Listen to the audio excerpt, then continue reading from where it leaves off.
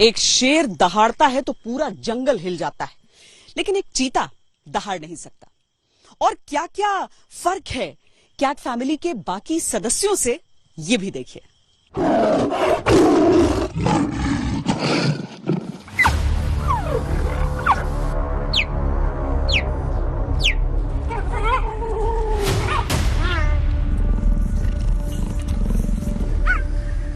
Cat family के अपने बाकी भाई बहनों से चीते का सबसे बड़ा फर्क है आवाज का। कैट फैमिली में शेर, बाघ, तेंदुआ, जैगुआर जैसे जीव आते हैं।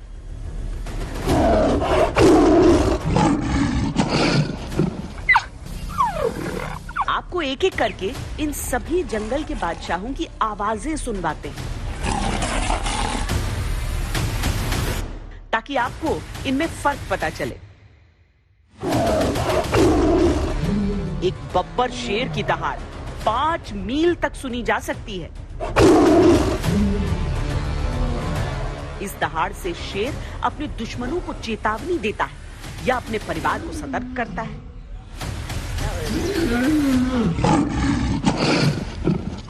ये एक रॉयल बंगाल टाइगर की दहाड़ है। एक बाघ की दहाड़ 2 मील दूर तक सुनी जा सकती है।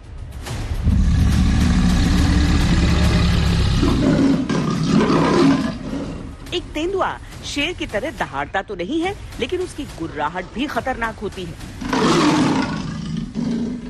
हालांकि शर्मीला होने की वजह से तेंदुए आमतौर पर गुर्राकर अपनी लोकेशन दूसरे शिकारी जानवरों को नहीं बताते। एक जैगुआर भी तेंदुए की ही तरह खामोशी से शिकार करता है।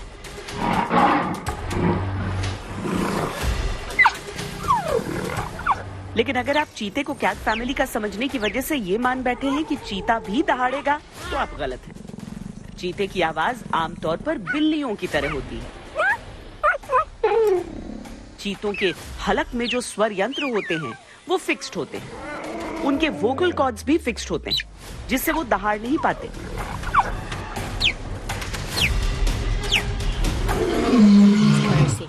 जबकि शेर और बाघ जैसे जानवरों की हलक की मांसपेशियां मजबूत होती हैं। उनके वोकल कॉर्ड्स या स्वर यंत्र भी फिक्स्ड न होकर फोल्डेबल होते हैं। इससे उनको दहाड़ने में मदद मिलती है।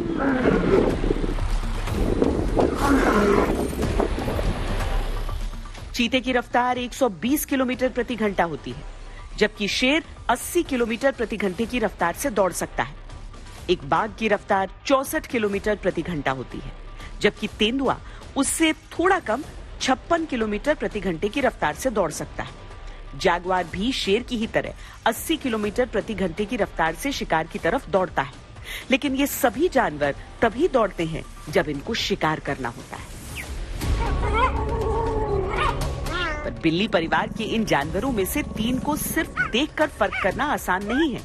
चीता, तेंदुआ और जैगुआर करीब करीब देखने में एक जैसे ही लगते हैं। शरीर की वही रंगत, खाल पर वही निशान, तो आप कैसे पहचानेंगे कि इनमें से चीता कौन है, तेंदुआ कौन और जैगुआर कौन?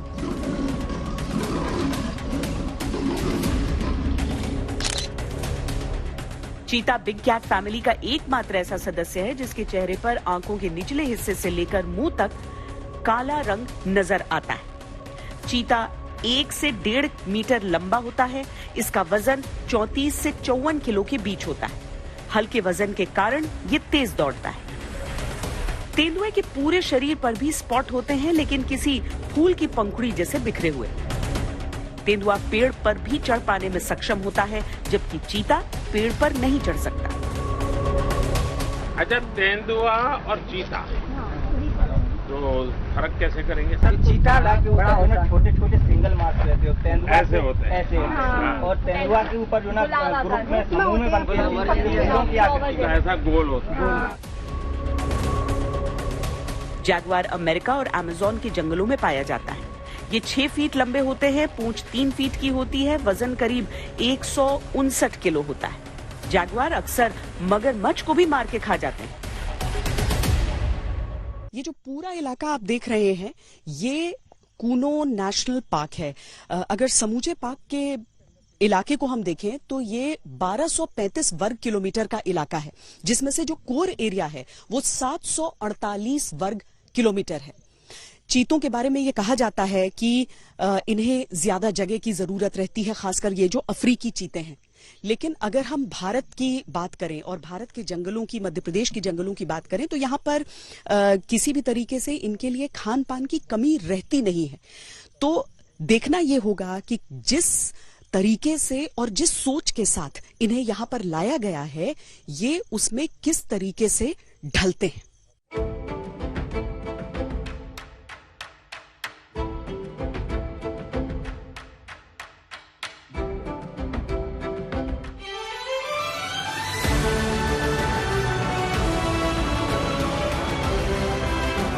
मिलिए आशा, ओबान, सिबिली, सियासा, सवाना, साशा और फ्रेडी से।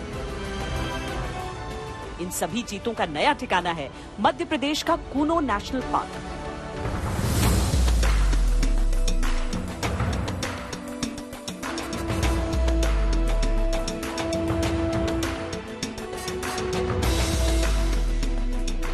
अब ये 8 भारत के मेहमान नहीं है, कूनो नेशनल पार्क ही इनका घर है। यहीं ये भागेंगे, दौड़ेंगे, शिकार करेंगे, कूनो नेशनल पार्क में जिंदगी गुजारेंगे।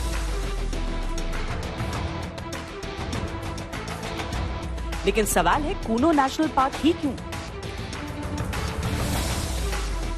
7 दशक बाद चीतों को बसाने के लिए मध्य प्रदेश के कूनो को ही क्यों चुना गया? गुजरात या फिर छत्तीसगढ़ क्यों नहीं? या एमपी का ही कोई दूसरा राष्ट्रीय उद्यान क्यों नहीं? इसके पीछे एक विस्तृत चीता एक्शन प्लान तैयार किया गया। हमारे वैज्ञानिकों ने लंबी रिसर्च की, साउथ अफ्रीकन और नामीबियाई एक्सपर्ट के साथ मिलकर काम किया। हमारी टीम्स वहां गई, वहां के एक्सपर्ट भी भारत आए। पूरे देश में चीतों के लिए सबसे उपयुक्त क्षेत्र के लिए वैज्ञानिक सर्वे किए गए और तब कूनो नेशनल पार्क को इस शुभ शुरुआत के लिए चुना गया।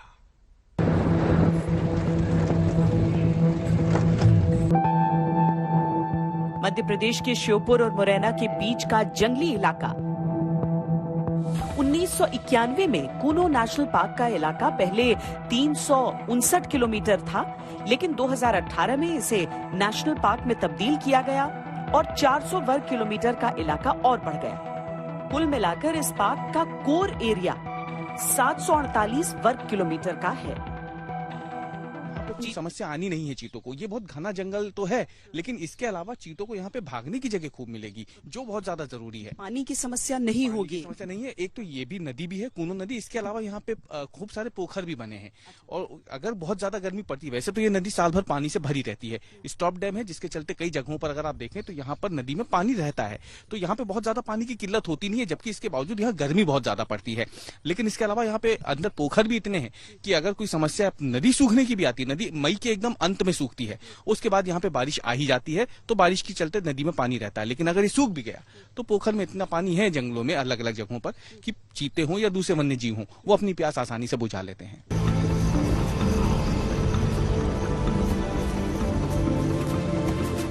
अफ्रीका में ऊंची लंबी चौड़ी घास के मैदान को सवाना कहा जाता है और ऐसी ही घास कूनो नेशनल पार्क में भी है। चीते आमतौर पर खुले इलाके में रहते हैं जहां मैदान ज्यादा हो, घना जंगल का। उसकी रफ्तार और शिकार के लिए ऐसा ही इलाका सबसे अधिक मुफीद है। ऊंची घास वाले इस जंगल में पानी भी है, पहाड़ भी है, लेकिन मैदान का हिस्सा सबसे अधिक है। चीतों के लिए यहाँ का मौसम भी अनुकूल है, न ज्यादा बारिश न अधिक गर्मी। चीतों को सबसे संतुलित क्लाइमेट चाहिए और कूनो में ये सब कुछ पाया गया।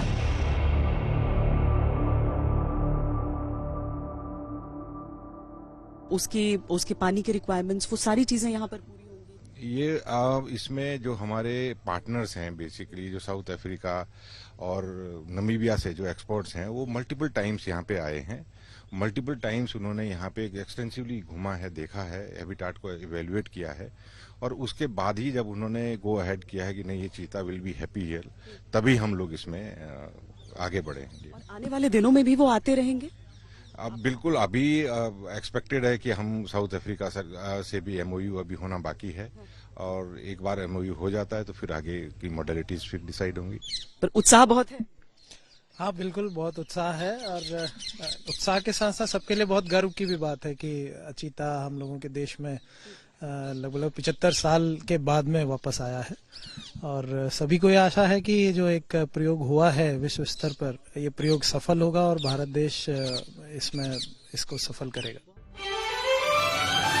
कूनो नेशनल पार्क में चीते को आहार के लिए भी कोई कमी महसूस नहीं होगी। चीतों को लाने से पहले यहाँ हजारों की संख्या में जानवरों को बसाया गया ताकि चीते शिकार कर सके। फिलहाल इस नेशनल पार्क में 10,000 से ज्यादा हिरण हैं, जो अलग अलग प्रजातियों के हैं, जिसमें चिंकारा और काला हिरण शामिल हैं। 27,000 के आसपास सांबर हैं, 29,000 के करीब चीतल, 5,000 नीलगाय, 4,000 के आसपास जंगली सुअर। लेकिन शुरुआती 1 महीने तक ये क्वारंटीन में रहेंगे और शिकार नहीं करेंगे। इन्हें मांस परोसा जाएगा। इस मांस को हमेशा पूरी जांच के बाद ही चीतों को दिया जाएगा। फिलहाल एक छोटे बाड़े में मौजूद ये सभी चीते जब 1 महीने के बाद एक बड़े इलाके में छोड़े जाएंगे, तब वो चीतल, नीलगाय, जंगली सुअर और सांबर का शिकार कर पाएंगे। उससे पहले के 1 महीने में इन चीतों को 2 से 3 दिन में मांस परोसा जाएगा और ये वेटेरिनेरियंस की राय पर निर्भर करेगा। 1 महीने तक इन चीतों की निगरानी के लिए खास ख्याल रखा जा रहा है। पेड़ों पर ट्रैप कैमरास को फिक्स किया गया है ताकि 24 घंटे इन चीतों की हर हरकत पर नजर रखी जा सके। इन सभी चीतों के गलों में रेडियो कॉलर्स लगे हैं।